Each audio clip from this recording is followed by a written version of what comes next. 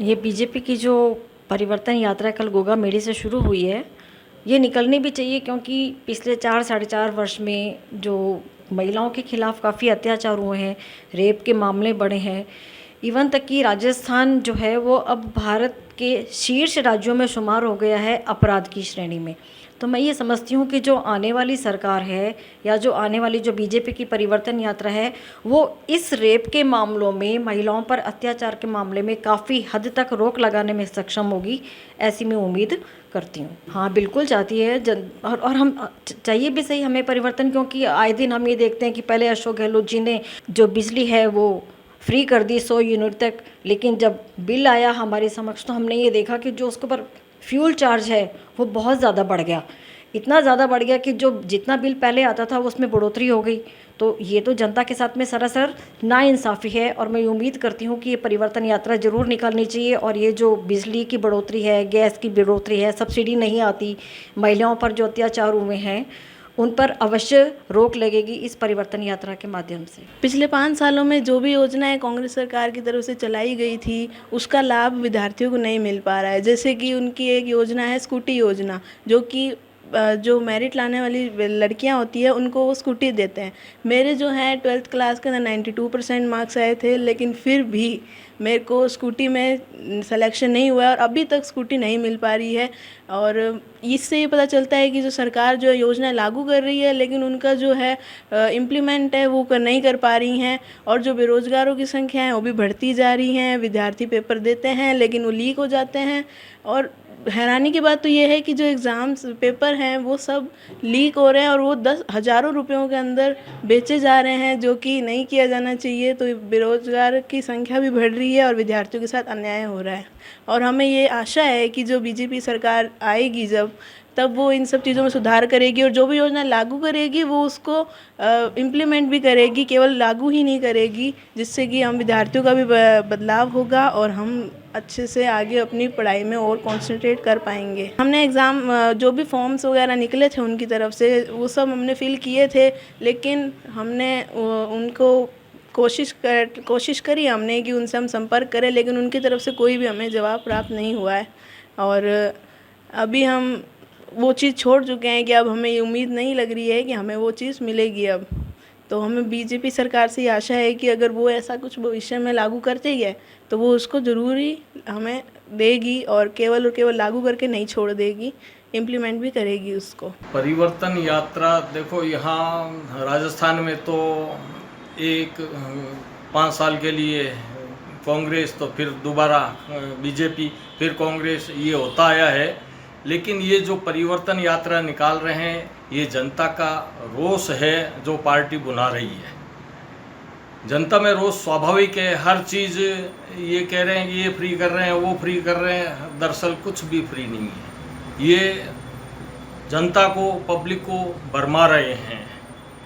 जैसे कि मैं साहित्यकार हूँ, इन्होंने राजस्थानी भाषा मान्यता का मुद्दा 2003 में इन्होंने सर्वसम्मति से पारित किया था विधानसभा में और भेज दिया। अगर इनकी इच्छा शक्ति थी राजस्थान में राजस्थानी भाषा को लागू करने के लिए, तो ये अपने राज्य में ये इसको दूसरी भाषा घोषित कर सकते थे और राजकाज की भाषा बना सकते थे। ये जो चीफ मिनिस्टर होता है उसके पावर में होती है। अब हम देखते हैं हमारे जो भावी पीढ़ी है वो भटकती जा रही है। देख लो, पूरे राजस्थान में जगह जगह दंगे, खून खराबा, लूटपाट, चोरी चकारी, ये सारा चल रहा है। ये चल रहा है क्योंकि लोग बाग, जो युवा है वो बेरोजगार है, उनको नौकरी नहीं मिल रही है। और भाषा की मान्यता अगर हो जाती है तो हमारे युवा, क्योंकि जो भाषा रोजगार देवे वो सफल होती है और वहाँ इतने वो द्वंद्व नहीं होते हैं। तो हमारे युवाओं के लिए मैं चाहता हूँ कि कोई भी सरकार आए, राजस्थानी की मान्यता के लिए वो तत्पर हो और इसको राजस्थान में दूसरी राजभाषा घोषित करे। केंद्र करती रहेगी, जब यहाँ राजकाज शुरू हो जाएगा राजस्थानी भाषा में तो केंद्र को अपना आप करना पड़ेगा। और मैं तो सभी लोगों से यही अनुरोध करूँगा कि अभी विधानसभा के चुनाव और थोड़े टाइम बाद में लोकसभा के चुनाव आ रहे हैं, तो युवाओं को जागृत करने की ज़रूरत है, जागरूक होने की ज़रूरत है कि वे अपनी भाषा के लिए खड़े रहें। और ये जो परिवर्तन है तो परिवर्तन होके रहेगा, क्योंकि ये जो गांधीवादी तरीके से हमारे मुख्यमंत्री जी को माना जाता है कि ये गांधीवादी हैं, तो अरे गांधीवादी तो थे, अब नहीं है ये। क्योंकि जो भी इन्होंने लिए हैं डिसीजन, वो अब सत्ता में आने के लिए लिए हैं।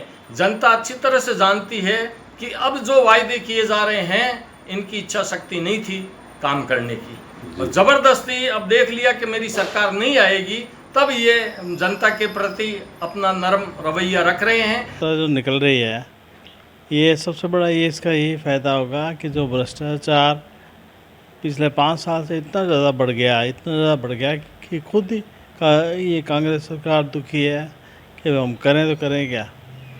तो इसके लिए अगर जो भी कार्रवाई हो, बहुत अच्छा निकलेगा रिज़ल्ट। जैसे ही बीजेपी का आएगा तो अच्छा रिजल्ट निकले, और हम चाहते हैं कि बेरोज़गारों को भी फ़ायदा हो, और जैसे कि हम बैठे हैं रिटायर्ड एम्प्लॉयज़ को भी फ़ायदा हो, क्योंकि वो जो हमें सस्ता सब्सिडी इन्होंने कही थी वो दी नहीं है, और हम पेंशन वाले ज़्यादा भुगत रहे हैं। बिजली का बिल भी और गैस का बिल भी ज़्यादा आ रहा है। सब हम लोगों को कोई फ़ायदा नहीं है। हमारा टैक्स का फ़ायदा अगर दे रही है तो बीजेपी सरकार दे सकती है। भाई पिछले 4.5 साल तक तो शांत है, और लास्ट 6 महीने में जब इनको रिजल्ट पता लगा कि भी अनाउंस हो रहे हैं, उसके बाद से इन्होंने सारी योजनाएं तुम भी लो, और मिल कुछ नहीं रहा। बिजली का बिल उल्टा बढ़ गया। पहले कहा था सब 200 रुपये में आएगा 200 यूनिट, और हमारा तो 6,000 रुपये बिल आया है हर महीने। तो उल्टा बढ़ा है भ्रष्टाचार, और खुद ही देख रहे हैं कि भी बहुत ज़्यादा दुखी हैं खुद।